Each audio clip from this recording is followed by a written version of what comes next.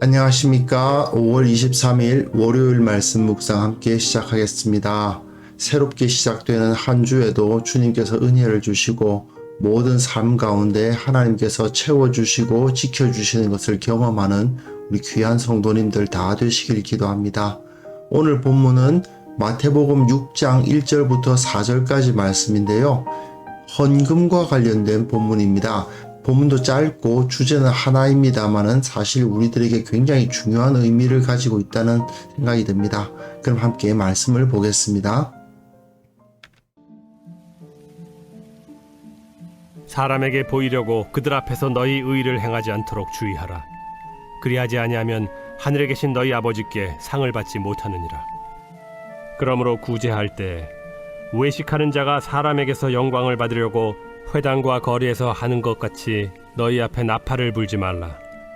진실로 너희에게 이르노니 그들은 자기 상을 이미 받았느니라. 너는 구제할 때 오른손이 하는 것을 왼손이 모르게 하여 내 구제함을 은밀하게 하라.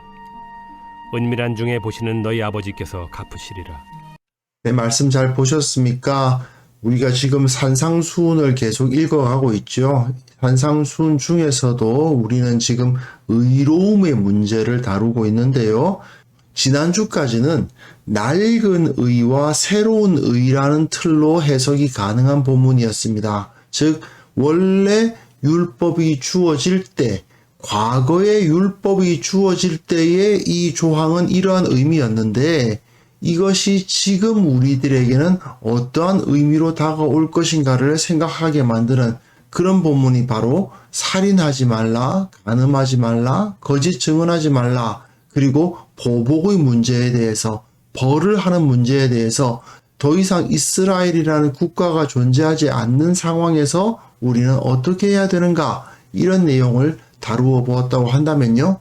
이제는 어떤 시간적인 변화에 의한 것이 아니라 원래부터 처음부터 그랬어야 되는 것인데 하나님께 대한 온전한 순종이 이루어지지 않다 보니까 변질된 문제, 시간적 시대적인 변화가 아니라 변질에 의해서 생기는 문제에 대해서 예수님께서 지적하고 계십니다. 그리고 그 의로움이라는 것은 외적인 의, 그러니까 겉으로 보이는 것의 의로움이 아니라 내면적인 의를 쫓아야 된다라는 내용이 여기에 기록이 될 것인데요.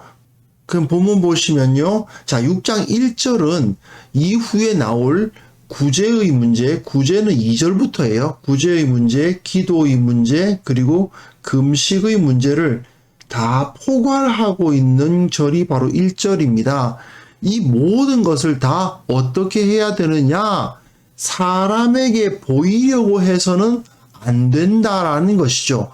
구제도 사람에게 보이려고 해서는 안 되고 기도도 마찬가지고 금식도 마찬가지다. 이렇게 말씀하고 계십니다. 구제하고 기도하고 금식하는 이 모든 것은 다 의로운 행동임에는 틀림이 없습니다. 하나님 앞에 나아감에 있어서 하나님과의 관계를 세움에 있어서 이것들은 모두 다 꼭 필요한 것들이었습니다. 그런데 문제는 무엇이냐? 그것을 사람에게 보이려고 한다는 것이죠. 사람에게 보이기 위해서 이 모든 것을 행하게 되면 결국 이것은 변질된다. 그래서 하늘에 계신 너희 아버지께서 상을 주시지 않을 것이다. 왜요? 잘못된 경건이니까. 잘못된 의로운 행위이기 때문에 그것은 의로운 행위라고 인정받을 수가 없고 결국 아버지로부터 상을 받을 수 있는 것이 못 된다. 이것이 이후에 나올 18절까지의 내용의 표제어라고 할 수가 있어요. 그리고 2절부터 보시면요. 이제 구제 문제가 나옵니다. 구제할 때에 외식하는 자가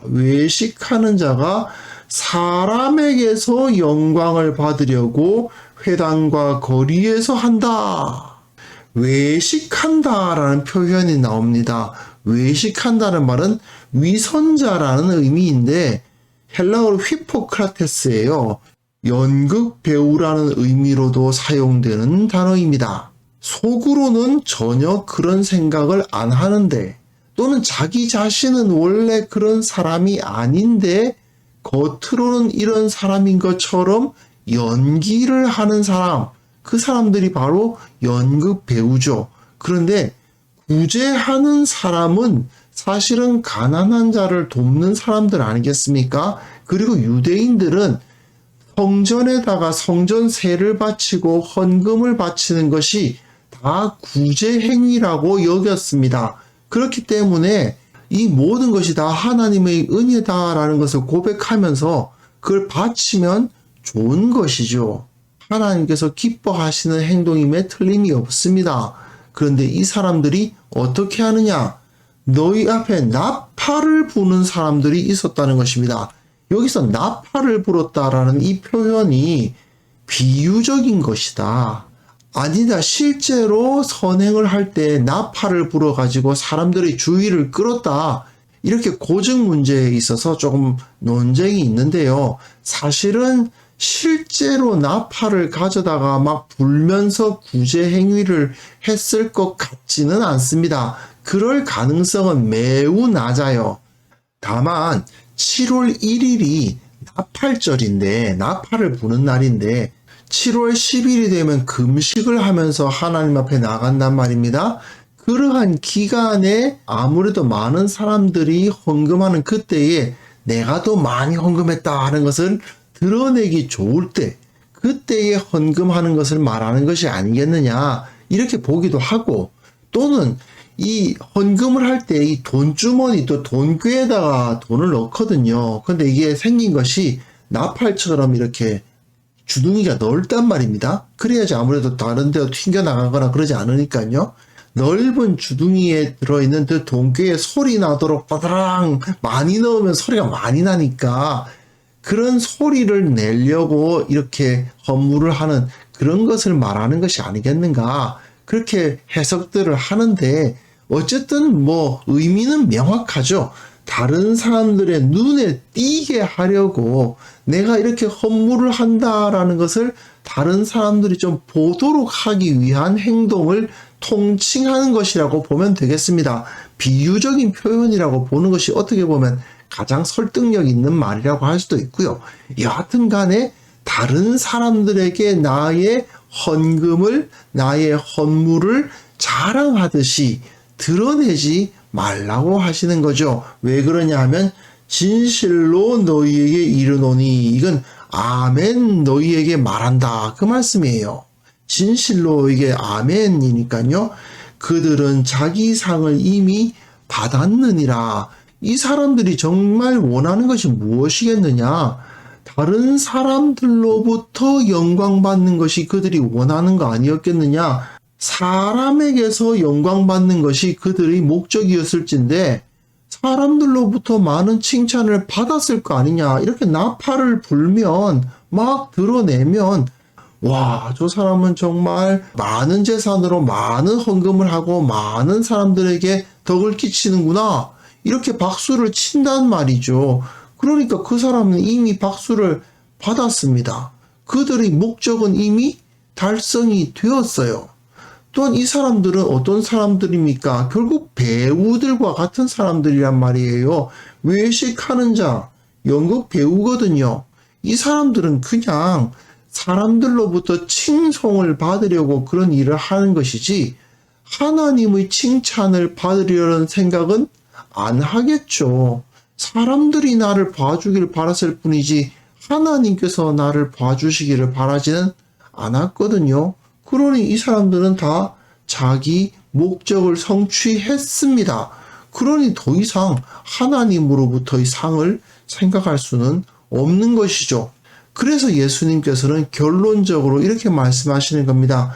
구제할 때에 오른손이 하는 것을 왼손이 모르게 하라. 오른손이 헌금을 하고 있는데 왼손이 그 사실을 모른다니 그게 무슨 소리냐? 나도 내가 지금 구제하고 있다고 생각 안 하고 한다는 뜻입니다. 그렇죠. 내가 뭐 대단히 큰 일을 하는 줄을 모르고 있습니다. 당연히 드려야 되는 거 아니겠습니까? 당연히 나눠야 되는 거 아니겠습니까? 이렇게 생각하면서 나의 것을 다른 사람들에게 나누고 내게 주어진 것을 하나님께 바치는 것이죠. 그것이 바로 예수님께서 원하시는 참된 제자들의 헌금 생활이고 또한 구제 생활인 것입니다. 너의 구제함을 은밀하게 하라. 다른 사람들이 모르게 해라. 나 자신도 그것에 대해서 뭐 크게 마음을 쓰면서 내가 이만큼 했는데 그런 생각 자체를 안 하면서 해라. 그렇게 했을 때에 어떻게 하십니까? 은밀한 중에 보시는 너희 아버지께서 갚아주신다. 아유, 나는 그렇게 가난한 사람들을 많이 돕고 그러지도 않는데 그런 생각을 하시는 분도 계시겠습니다만은 사실 교회에다가 우리가 헌금을 하지 않습니까? 헌금을 한다는 것 자체가 가난한 자를 돕는 것이 됩니다. 무엇보다도 이것을 통해서 선교사라든지 사역자라든지 이런 사람들이 자기 생활을 영위할 수 있잖아요. 그 자체가 복음 사역을 위해서 이것이 쓰인다는 것. 복음 사역은 누가 합니까? 결국은 하나님의 손에 들린 가난한 자들에 의해서 이루어져요. 그렇기 때문에 그들을 후원하는 것이므로 당연히 하나님 앞에 드리는 구제라는 의미를 가지고 있습니다. 그렇기 때문에 사실상 대부분의 성도들은 그 액수가 클 수도 있고 작을 수도 있지만 다들 구제를 행하고 있는 것이죠. 그렇기 때문에 내가 얼마의 헌금을 했느냐를 드러내지 않음에도 불구하고 기쁨으로 그 재물을, 그 헌금을 드리는 분들에게는 하나님으로부터 오는 복이 있으리라. 그건 여기 기록되어 있는 거죠. 너희 아버지께서 갚으시리라. 저도 참 이 복을 비는 신앙에 대해서 좀 비판적인 입장을 가지고 있는 사람이긴 합니다만은 기록되어 있는 것을 부인할 수는 없죠. 하나님 아버지께서 분명히 우리들이 그렇게 순수한 마음으로 내가 다른 사람들에게 박수받기를 원치 아니하고 오직 하나님의 나라를 위해서 헌신하는 자들을 위해서 가난한 자들을 위해서 생활이 힘든 자들을 위해서 내 재물을 나눈다는 마음으로 기쁜 마음으로 나누고 하나님 앞에 바치는 자들에게는 분명히 하나님께서 갚아주시는 것이 있는 거죠.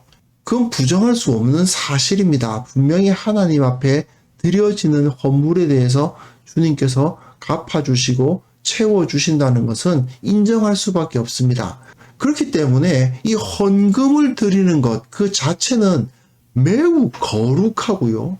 또한 세상을 변화시킬 수 있는 강력한 능력이 됩니다.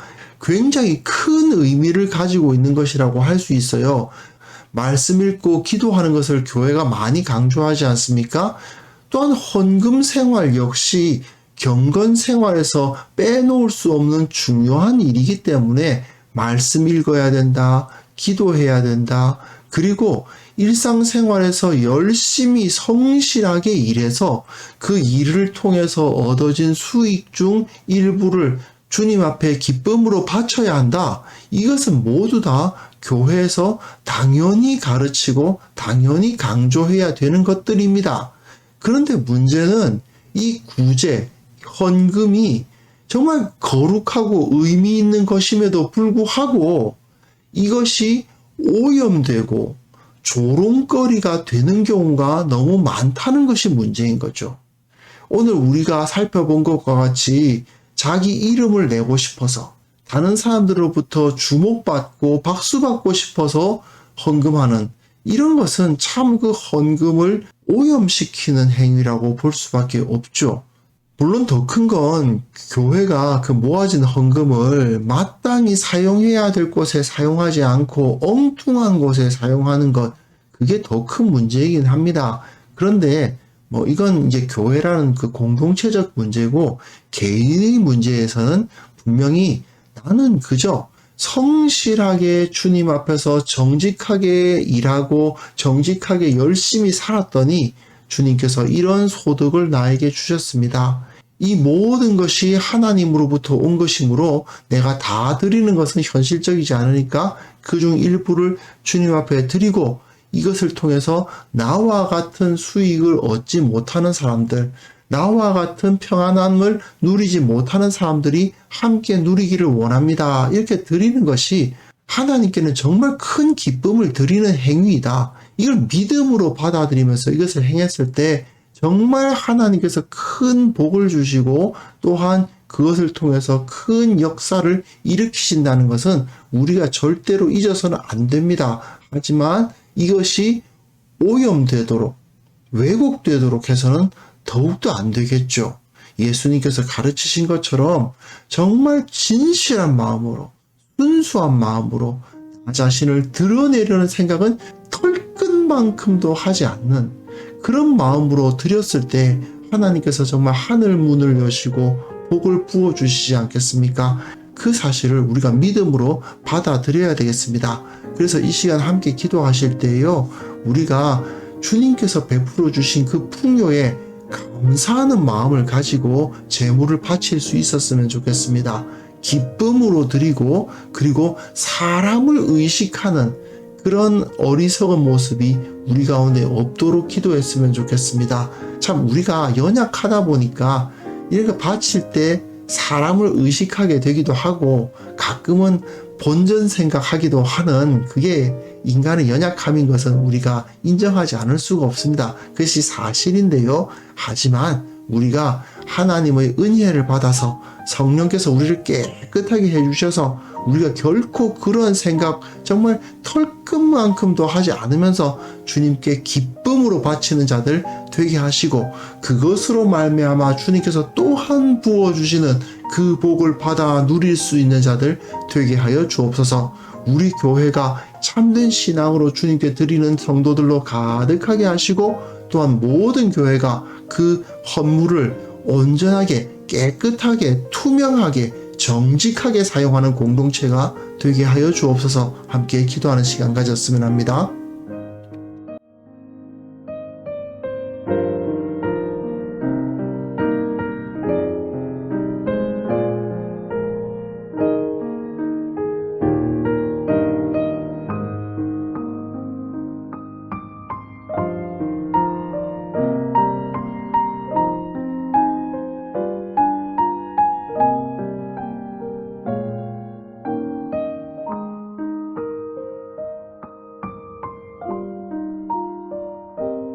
하나님 아버지, 우리의 마음을 정결하게 하셔서 주님께서 내게 베풀어 주신 그 모든 것에 감사하는 마음으로 제물을 바치고 오직 그것을 바칠 수 있다는 사실을 기뻐하는 자들이 되게 하여 주옵소서. 결코 우리 마음이 사람을 의식하지 않도록 도와주시고 결코 나 자신을 드러내고 싶어서 헌물을 바치는 어리석은 마음, 어리석은 행동 행하지 않도록 주께서 우리를 지켜주시기를 원하옵고 바랍니다. 참으로 그러한 진실된 마음으로 주님 앞에 드렸을 때에 하나님께서 또한 하늘 문을 여시고 그 부어주시는 복을 우리가 누릴 수 있다는 것을 깨닫게 하시고 우리 교회에 속한 모든 성도들이 그 복을 충만히 받게 하여 주시옵소서. 참으로 주님을 사랑하는 진실된 헌물을 드리는 성숙한 헌금 생활을 하는 성도들이 다 될 수 있도록 도와주셔서 이들이 참으로 그 진실된 마음으로 복의 복을 누리고 그 누리는 복을 또한 다른 사람들에게 나누는 귀한 아름다운 모습들 온전히 나타날 수 있도록 도와주시기를 원합니다. 주님, 특별히 기도하옵기는 한국 교회가 재정 사용에 있어서 결코 털끝만큼이라도 부끄러운 일이 없도록 주님께서 지켜주옵소서. 온전하게 투명하게 하시고 정직하게 하시고 주님께 영광 돌리기에 부족함이 없도록 도와주옵소서. 어리석은 곳에 주님의 영광을 가리는 곳에 주님께서 주신 그 재물을 사용하는 안타까운 일들, 어리석은 일들 결코 없도록 도와주시고 온전히 우리를 지혜롭게 하시고 정결케 하사 주님께서 가장 필요한 곳에 가장 적절한 곳에 모든 재물들이 나누어질 수 있도록 주님께서 역사하여 주시기를 원하옵고 바랍니다. 아버지, 오늘도 주님께서 우리에게 준비하신 복이 있음을 믿습니다. 주님, 신실한 마음으로, 정결한 마음으로, 오직 주님 사랑하는 마음으로 살아갈 때에 그 복을 누릴 수 있다는 사실 기억하면서 참으로 주님께서 주시는 그 복을 참으로 주님과 함께 동행하며 함께 기뻐하며 늘 기도하고 그리고 주님께서 주시는 지혜로 승리하게 하여 주옵소서. 주님께 감사를 드리오며 예수님의 이름으로 기도합니다. 아멘.